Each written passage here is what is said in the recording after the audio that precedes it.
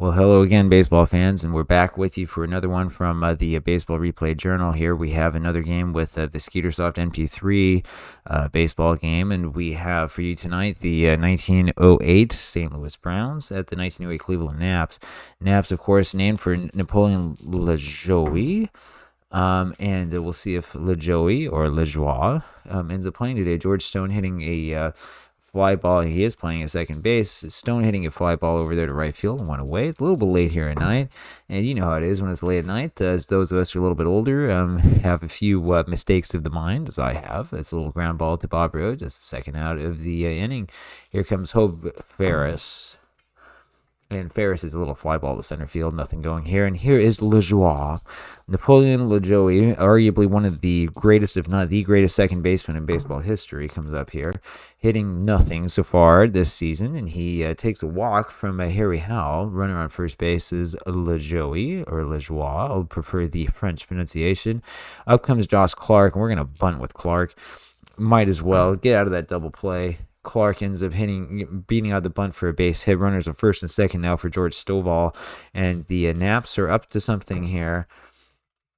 There's a little, I don't know exactly what we're about to find out. It's going to be a little fallout to the catcher, and that goes out to Spencer for the first out of the game here. And there's another foul out to the catcher. Now, the reason why we didn't have the little E there come up is because that error number wasn't actually going to give us an error. It might give us a base hit or a bunch of other different things. But if it's no error, then that doesn't come up. Third 65 in a row, and the third foul out to the catcher in a row. How about that? And at the top of the second inning, Jimmy Williams hits a fly ball to left field for the first out. APA players used to hate those foul outs to the catcher. You used to get too many of them. Bill's staff has supposedly fixed that, but I don't know, Bill, what happened there? Ground ball to short, and that's the second out. Here comes Roy Hartzell, and I'm just making sure I got that right. I did. That was a 16. That's a ground ball to second baseman, and 1, 2, 3 go the Browns, and here comes Cleveland. There's a little ground ball to the first baseman, first out of the inning. Here comes George Paring now. He strikes out. That's going to be the first strikeout here of the season for Harry Howell. And Nig Clark comes up for the second strikeout, and up we go to the top of the third inning for the Browns. Tom Jones is a little ground ball to shortstop, one away. Spencer now, Tubby Spencer, what a great name for a catcher. And Tubby has a little foul ball, or a little fly ball there to LaJoie, who makes the second out of the inning. And it's a quiet game so far. Harry Howell now, and he gets a little ground ball to short. And up comes Bob Rhodes, the Cleveland pitcher. Bottom of the third inning. Cleveland with the only hit in the ball game. I'm sorry, I just put the wrong dice roll in there. That's a 2, not a 6. You know, this glare that you see, and you can see it a little bit here on the dice cam, this glare does kind of play with me as well. It's because we have so many lights on, one back here that you see, hopefully not too distracting, one over here and one over there. And sometimes it plays a little havoc with my own eyes. This isn't the ideal setup, but we do the best with what we've got. LaJoie hits a little ground ball to first base, and that's the second out of the inning. Clark up now with another 11. Base hit, and he's still second this time, and that means Stovall comes up with the runner on second base and 1 strike on him. And Stovall may drive him in. Let's see what happens. He gets the 11. He does drive him in because any runner scores, and Stovall then ends up stealing the base. For Hinchman's at bat. 2 stolen bases here in the inning. The Naps are showing you how it was played in 1908. The real way to play baseball is the aggressive way with the base running. I'm going to re-roll this red die because it was on the corner. A little fly ball by Hinchman over to right field, and that does that. 1 run for the Naps in the bottom of the third. 1-0. And George Stone comes up, gets the first hit for the Browns on the top of the fourth before I could even say the words no-hitter. He gets the first hit. Bobby Wallace then with a fly ball to left field. 1 away. Ferris gets a little single infield hit, baits out the infield hit, and there's runners on first and second. If you don't know about the APA baseball pitching system that we can all thank J. Richard Sides for, that 9 ends up being a base hit against B pitcher most of the time, not all of the time, but most of the time. And we just saw that in action right there. It's ingenious because of the sort of gamification that adds. It really does add a lot to the game. Jimmy Williams up now, runner at first base, and the question is, do we want to bunt with him or swing away? We're going to bunt with Williams, despite the fact that he's got this good-looking on-base percentage. We're going to bunt with him anyway because we got somebody coming up next who might be good, and Williams gets that 27, which is a strikeout, and that's a killer. That is a killer for your bunting hopes. And next up is Hoffman. He gets a little ground ball to the pitcher, and that does that. Bill Bradley now the next one up. You saw me have to look over a little bit to see that dice roll, and that's because I couldn't see it all that well myself. Bill Bradley has a little ground ball to short, and that's the first out for the Naps here in the bottom of the fourth.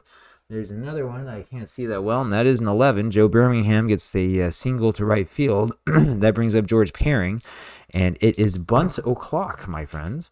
And the bunt is successful. Bunts over to Howell, sends Birmingham to second base. 2 outs now for Clark. And Clark hits a little fly ball to left field, and that does that. Top of the fourth inning now. And this is Roy Hartzell coming up. A little ground ball to short, and that is 1 away.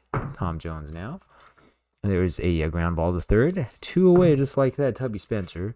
And there's a ball in there to Spencer. And Spencer gets into one. Whoops. Got to have a clean roll. You're my witnesses. There's a double to Spencer, and up comes the pitcher Howell with 2 outs, runner on second, and a Tubby runner at that. But Howell gets a 11 roll of himself, drives in the run, helps his own cause. 1-1 ball game, brand new ball game. That was the incorrect dice roll, and my apologies. It was a 42, and that's a base on balls to Stone. Again, you're my witnesses. You saw it as well as I did, and here comes Wallace. I better be careful with these late-night games, huh? That's a 13. I have to look really close. And hits another walk. 2 walks in a row by Bob Rhodes, who's starting to fall apart a little bit here in the top of the 5th inning. It's 1908, so there's not a lot of relief pitching for him. Ferris hits a little ground ball to short. That does it. Here comes Bob Rhodes up now, bottom of the 5th inning. Rhodes with a little ground ball to third. And here's Lajoie once again. No hits on the season for him yet. I tell you, Lajoie was a great hitter, especially in 1901. 1901, you played with him. You know exactly what I'm talking about. 1908, still a good hitter, but a little bit past his prime, and he gets the walk.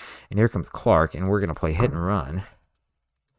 And Clark gets that 8, and that's a little ground ball to second base, and he moves the runner up.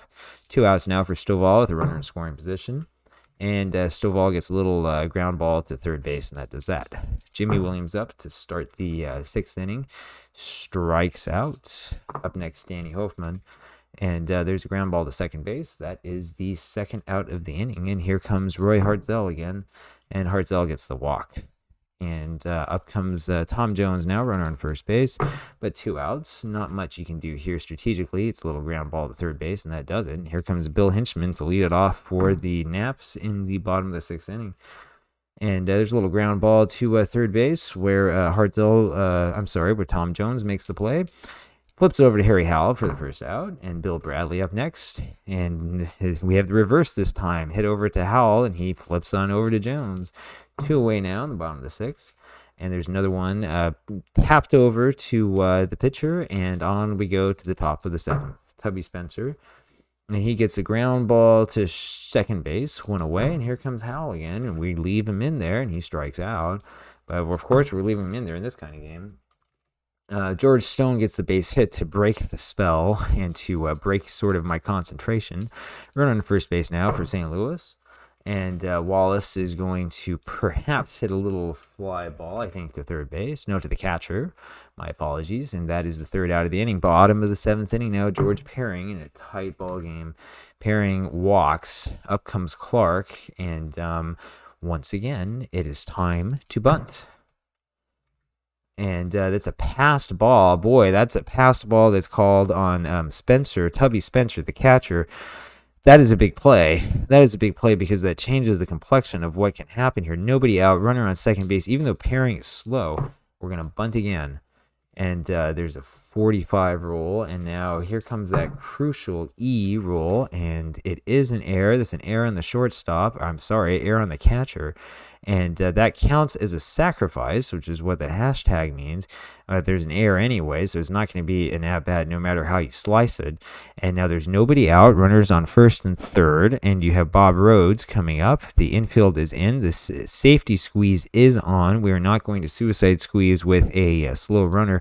We'd rather a pairing stay at second, move Clark up if we could with Lajoie on deck, the ever dangerous Napoleon Lajoie.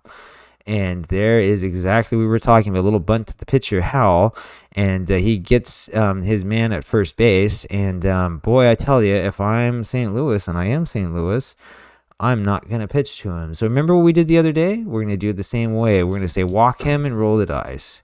And yes, we do want to issue the intentional walk and avoid what would have been a base hit that would have scored multiple runs. And that means that we have runners on first, second, and third. Bases loaded for Josh Clark, who has bunted several times already today, but he ain't bunting now, baby. Clark gets probably the worst of all possible rolls, gets the 12, and let's see what he just did. Yep, he hits the ball there to Wallace at short, who throws home, gets the out at the plate. Clark is able to beat it out at first base. 2 outs, though, now for Stovall, hitting the number 3 spot. Stovall hits a fly ball to left field. That ends that threat. Top of the 8th inning. Ferris hits a fly ball to left field, 1 away. I tell you, these games are tense. This is why NP3 is such a great game. Even though the cards are not sold anymore, you have to play it this way on the computer. I strongly recommend it. I highly recommend this one. There's a ground ball to Lajoie at second, and that's 2 away. Go check out MP3. I can't remember the exact website. Check out, do a search for National Pastime 3 or for NP3. Check out what Cyrus have set up there on that website. If you don't have this game, you should get it. Even if there's a strike 3 to Hoffman, and on we go to the bottom of the 8th inning. Even if you don't know much about it, you can learn. It's easy to learn how to play this game. This is one of my favorite baseball simulation games, if not my favorite. Between this and Diamond Mine Baseball, boy, it's kind of hard. Hinchman with a little pop fly to third base, 1 away. Nice thing about this game is you can play it so quickly, and it has this great flow to it. Bill Bradley now gets the base hit. And, runner on first base now with 1 out in the bottom of the 8th inning, and Birmingham's coming up, and we are going to bunt. You know we're going to bunt because it is 1908, and what we do in 1908 is we bunt. And we don't care if he gets powers he has here, because what we care about is scoring that run. He bunts it over to third base. The bunt works. Bradley's at second base. 2 are outs now, bottom of the 8th inning. 1-1 game. Very, very tight ball game. And the one-run strategy does not pay off as Behring hits the little pop fly over to Williams at second base. And that is the 3rd out. And here we go in the top of the 9th inning. Another one of these really, really tense 1908 games. Hartzell gets a fly ball to right field that's 1 away. And here comes Tom Jones. And Tom Jones is potentially going to get one of those little dinky ground balls. And that's exactly what's going to happen. A little grounder to first base. And up comes Tubby Spencer with 2 outs. And Spencer gets the pop fly to the third baseman. And Bradley takes care of that one. 1, 2, 3 go the Browns, and here we go with the bottom of the 9th inning. You may be wondering why I haven't taken the pitchers out quite yet. 5 hits given up by both pitchers. I know that some strategy would call for this, but if you look at the batters in 1908, you might as well keep the pitchers in. And if you do a careful study of box scores in 1908, you will learn that's exactly what they did in real life. You're not seeing things, folks. And Clark gets a base hit to left center field. So this is the thing here, right? If we want to pinch hit for Rhodes, let's go take a look at who we have here on the bench, right? Bay is a pinch runner. Bemis is your backup catcher. Davidson, Homer Davidson, interesting nickname because he didn't have any homers. The 11:38 rule is awful. 35:32 is horrible. 33:30 is a nightmare. I'm going to have nightmares tonight about this guy. Hickman, yeah, maybe, but I mean, is Hickman really that much better than Rhodes? Not really. When you take a quick look here and do a comparison, he's a little bit more slugging, but on-base percentage is just about the same. Nil is worse. Why would you take out this guy for a guy who is worse? And so it's either Hickman or Turner. I look at this and I say, I don't want either one of these guys coming up because no matter who I'm going to put up, I'm going to do the same thing. I'm going to click here on bunt because remember, it is 1908. We're going to bunt.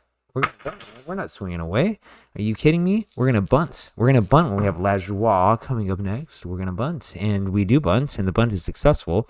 Bunts it over there to Ferris, and he makes the play the way you're supposed to. Just a second. Well, how about that for a YouTube first, huh? How many other people do you see who will drop the dice in the clutch moment of the game with the Lejoie coming up with only one man out here in the bottom of the ninth inning for the Cleveland Naps? And let's see what happens. And he gets a 33, and I think that Napoleon is about to win the ball game. What do you think?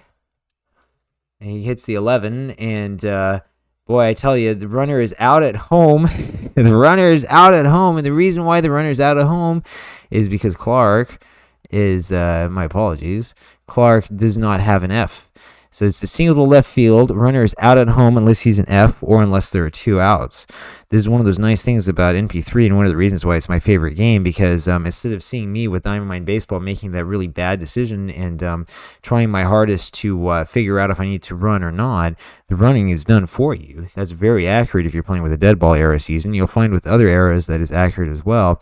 And boy, he's out on the base paths, and we weren't playing it safe because, of course, we want to win this game. We're not going to play it safe. And Lejoie then comes up the next inning and gets his stolen base. That puts him back in scoring position.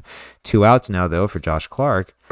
And Clark takes the walk. And, boy, that's a big walk for Howell to give up.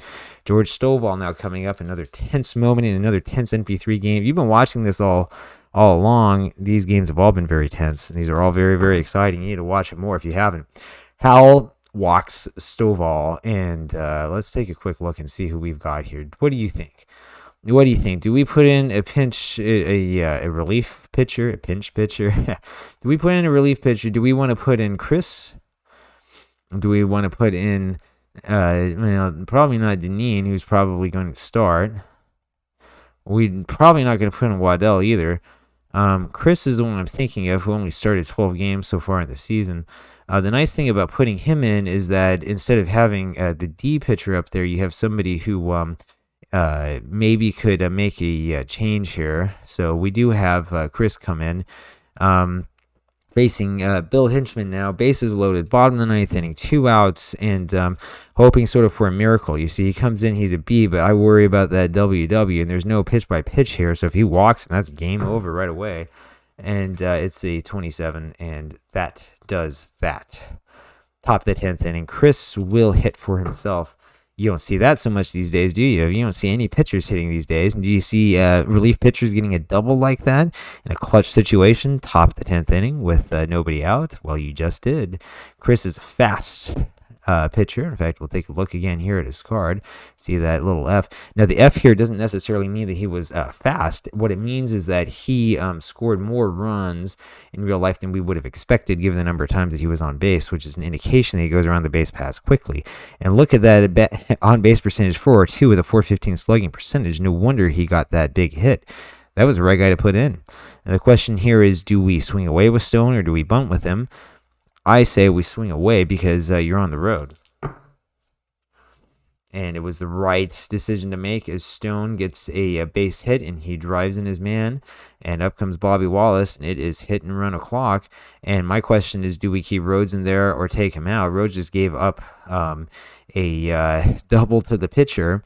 We're looking here. I'm looking mostly not at the grade, but at the guys who are relievers. We don't want to put Granian in this situation. We want to put Hess in there. Addy Joss we could put in, but we want to save him before it starts.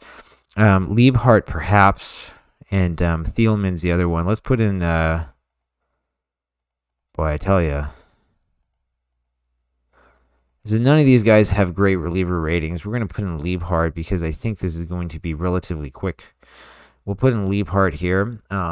Change of pitchers for the Naps here in the top of the 10th inning. And hit and run is on for Bobby Wallace. And it's a little ground ball to the second baseman. That's a good hit and run ground ball. Hope Ferris now up with only 1 out. Ferris swinging away, and he gets a good dice roll. Ooh, man, that was close to 66. 56, and that's a double anyway, scores the runner.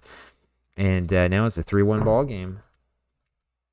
Jimmy Williams now, and there's a wild pitch by Liebhart. Boy, I tell you, putting in a relief pitcher is always so risky in these older seasons. Fly ball to right field. Runner holds, not hit deep enough for Ferris to score. 2 outs now. Danny Hoffman coming up, hoping to add another one in. And there's a ground ball that deflects, or that the pitcher boots. Liebhardt having a real hard time out there, man. That's the story of this game. You make that pitching change, and you think maybe this will work, and maybe it won't. But it's 1908, and 1908 is not the best time in the world to be a relief pitcher. I was worried about him because of his Q3 rating, which means that he's not going to last as long as we might want him to, but I should have been more worried about his tendency to boot the ball. Gives up a base hit to Hartzell. Hoffman goes to third. Hartzell then steals second, and we're going to take Liebhardt out. And now is the time, I hate to say it, but it's kind of garbage time. Now is the time to put someone like Graney in. We will put Graney in. 2 outs now. See if Graney can get that 1 extra out. This would happen, by the way, in real life from time to time. If you've ever studied the 1908 box scores, it does happen from time to time. There is a strikeout for Graney, and it works in the end. It does happen from time to time in 1908. 1908 is a very, very interesting season to study. And it happened before 1908 as well, where you would see multiple pitching changes in an inning. But boy, I tell you, the press would just lambast you for that, because this is not the time where you have a closer and you have a setup man and stuff like that. Back then, you start, you finish. And if you don't finish, it's a failure. Bradley hit the triple to start off the inning. Joe Birmingham come up, but remember, the Naps don't have very many choices. I could bunt with Birmingham, but why? We're not even going to play the infield in because this run doesn't matter. They got 2 more to give up. There's a line drive. Oh my goodness, line drive to third base, and that's Ferris over here. Ferris, who's been playing well today. Hope Ferris picks that one off and touches the bag for the double play, catching Bradley playing a little bit too loose on the bag. And this is the last hope here for Cleveland. And boy, man, that's a failure for the Naps. And there's a ground ball hit, of course, to Ferris, and that is the 3rd out of the ball game. And the Browns win this one 4-1 in 10 innings. And boy, that was really, really exciting. I need to start posting on my blog about this 1908 replay. We're going to wait a little while, but we're not going to wait as long as I was originally planning, because this is a lot of fun. I hope that you enjoyed that. Please hit the like button if you did. Leave me a comment below. Let me know what you think. This is a great game. As I said before, if you're not playing NP3, you're doing something wrong. You should play this game. If you've never played APA before, you should play this game anyway. It's really easy to learn. It's very, very smooth. This helper tool makes it very, very simple to play, easy to learn, and it's a lot of fun. It really is a lot of fun. I think that as far as the dice-powered games are concerned, this is the undisputed king. It's much better than APA, and I love APA. Played APA since I was a kid. Anyway, I hope you really enjoyed that. Leave me a comment. Let me know what you think. And subscribe for more, because we're going to have one of these every single day for you. And I will see you tomorrow. We're not taking any days off. Bye-bye.